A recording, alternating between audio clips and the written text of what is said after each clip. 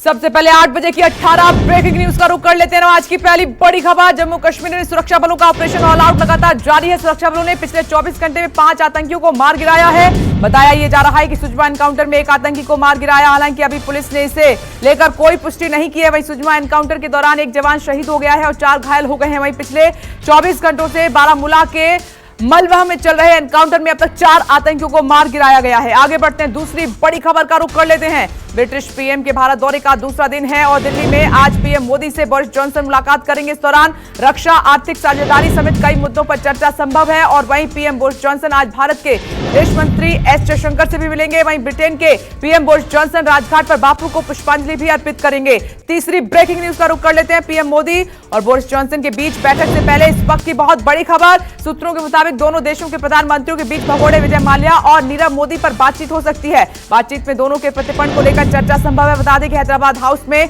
आज पीएम मोदी और Boris Johnson की मुलाकात भी होगी, इस पर नजर रहेगी। 8 बजे की चौथी बड़ी खबर, गुरु तेग बहादुर के प्रकाश पर्व पर लाल किले में भव्य कार्यक्रम का आयोजन किया गया। इस दौरान पीएम मोदी ने देश को संबोधित भी किया और साथ ही पीएम ने स्मारक सिक्के के साथ एक डाक टिकट भी जारी किया है। और संबोधन में प्रधानमंत्री नरेंद्र मोदी ने यह कहा कि हमारा देश पूरी निष्ठा के साथ हमारे गुरुओं के आदर्शों पर आगे बढ़ रहा है। भारत के लोग आज भी पूरे विश्व के कल्याण के लिए सोचते हैं। अब 5वीं बड़ी खबर का रुख कर लेते हैं। कोरोना के बढ़ते मामलों के बीच अच्छी खबर यह है कि अब जल्दी 5 से 12 साल के बच्चों का कोरोना वैक्सीनेशन होगा। इसके लिए डीसीजीआई की सब्जेक्ट एक्सपर्ट कमेटी ने कोरोवैक्स वैक्सीन के आपात इस्तेमाल को मंजूरी दी है। एक्सपर्ट कमेटी के पैनल ने इस पर चर्चा की और अपनी सिफारिशों को अब डीसीजीआई को भेज दिया गया है। आगे बढ़ते हैं, एक और बड़ी खबर का रुख कर लेते हैं। दिल्ली में एक बार फिर कोरोना अपने पैर पसारने लगा है। दिल्ली में 24 घंटे में कोरोना के 965 नए केस सामने आए हैं, जबकि एक मरीज की मौत हो गई है। लगातार दूसरा दिन है जब दिल्ली में कोरोना संक्रमण से मरीज की मौत हुई है। इससे पहले 20 अप्रैल को दिल्ली में संक्रमण से एक मरीज की मौत हुई। दिल्ली में कोरोना पॉजिटिविटी रेट 4.71% हो गया है। 7वीं ब्रेकिंग न्यूज का रुख कर लेते हैं। यूपी में बम्पर जीत के बाद बीजेपी अब मिशन एमपी पर जुट गई है। गृह मंत्री अमित शाह आज एमपी के दौरे पर रहेंगे। सुबह करीब 10:30 बजे शाह भोपाल पहुंचेंगे, जहां से वो central academy for police training जाएंगे, जहां तय कार्यक्रमों में शामिल होंगे। वहीं अमित शाह भोपाल में बीजेपी कार्यालय जाएंगे और बीजेपी पदाधिकारियों की बैठक भी लेंगे। एक और बड़ी खबर, आज सुप्रीम कोर्ट में धर्म संसद मामले पर सुनवाई होगी। उत्तराखंड समेत देश के कई राज्यों में आयोजित धर्म संसद में नफरत भरे भाषण के खिलाफ याचिका दी गई थी, जिस पर आज सुनवाई होनी है। वहीं कथित रूप से अल्पसंख्यक समुदाय के खिलाफ हिंसा भड़काने वाले भाषणों की सरकार से स्टेटस रिपोर्ट भी मांगी है। आगे बढ़ते हैं, एक और बड़ी खबर का रुख कर लेते हैं। 9वीं बड़ी खबर, सीएम योगी 2 दिन के दौरे पर हैं। रात काशी पहुंचे हैं। काशी में आज मॉरिशस के पीएम से उनकी मुलाकात होगी, लेकिन काशी पहुंचते ही उन्होंने सबसे पहले काशी विश्वनाथ मंदिर में दर्शन किए। दर्शन के बाद सीएम योगी रिंग रोड फेज 2 के कार्य में हो रही अनियमितता की जांच करने के लिए खुद मौके पर वहां पर पहुंचे। अब 8 बजे की 10वीं ब्रेकिंग न्यूज आपकी टीवी स्क्रीन पर।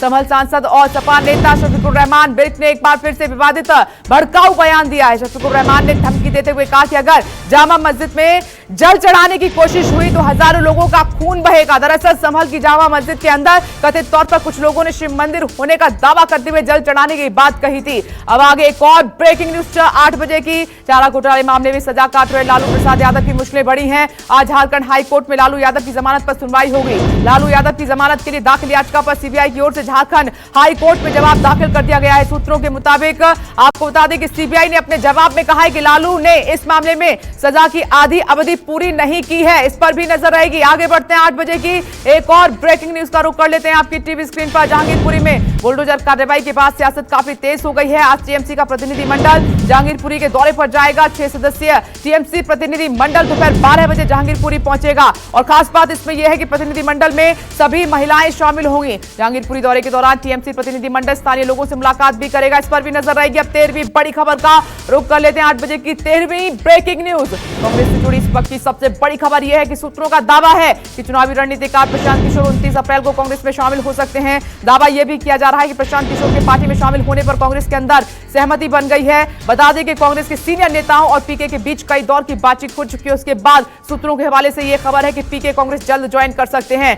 एनसीपी नेता नवाब मलिक पर ईडी का शिकंजा। विशेष अदालत में 5000 पेज की चार्जशीट दायर की गई है। ईडी की चार्जशीट में दाऊद के परिवार से जमीन खरीदने और पैसों की हेराफेरी की बात की गई है। बता दें कि नवाब मलिक को इस मामले में पहले ही गिरफ्तार किया जा चुका है। वहीं ईडी ने यह भी कहा कि नवाब मलिक का परिवार जांच में सहयोग बिल्कुल नहीं कर रहा है। अब 15वीं ब्रेकिंग न्यूज आपकी टीवी स्क्रीन पर 8 बजे की। महाराष्ट्र के गढ़चिरौली में पुलिस को बड़ी कामयाबी मिली है। पुलिस ने भामरा गढ़ इलाके में 4 हार्डकोर नक्सलियों को गिरफ्तार किया है। जिले के एसपी के मुताबिक गिरफ्तार नक्सली पर 18 लाख का इनाम था। वहीं पुलिस ने इस ऑपरेशन में एक महिला नक्सली को भी गिरफ्तार किया है। शामिल है पुलिस और नक्सलियों के बीच मुठभेड़ में नक्सली घायल भी हुआ है।